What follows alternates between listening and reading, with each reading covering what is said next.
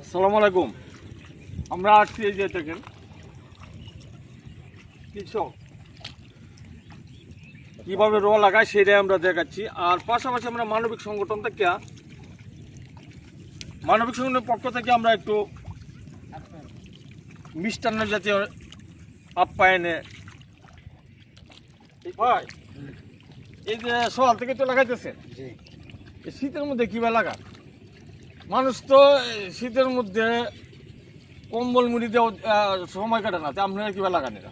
এটা ভাই আমরা লাগাইতে হবে, কষ্ট যেরকমই হোক আমরা লাগাইতে হবে, কারণ আমরা কাজে ওইটা কৃষি কাজ। একটু সেবা দিছি, কিরকম লাগছে এটা? আলহামদুলিল্লাহ ভালো, অনেক ভালো লাগছে।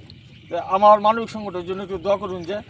আর এই সোনার ফসল ফলায় এই একমাত্র কৃষকরাই কিন্তু সোনার ফসল ফলায়, এটা আপনারা বুঝতেই পারছেন। আর তারা এই কাটুনি পরিশ্রম মেধা দিয়া এই দেশের খাদ্য চাহিদা পূরণ করে। আমরা মানবিক সংগঠনে প্রতিদিনই 2-3টা গ্রুপে সেবা দেওয়ার জন্য চেষ্টা করি। আমাদের পাশেই থাকুন, আমাদের সাথে একসাথে একাত্মতা ঘোষণা করে আসুন, কৃষকদের একটু সেবা দিয়ে যাই।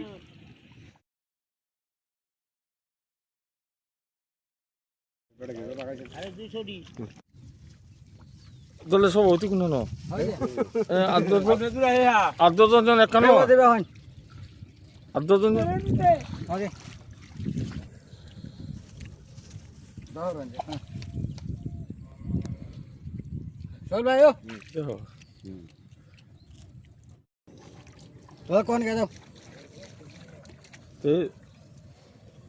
যে যেখান থেকে দেখছেন ভিডিওটা শেয়ার লাইক কমেন্ট করতে ভুলবেন না।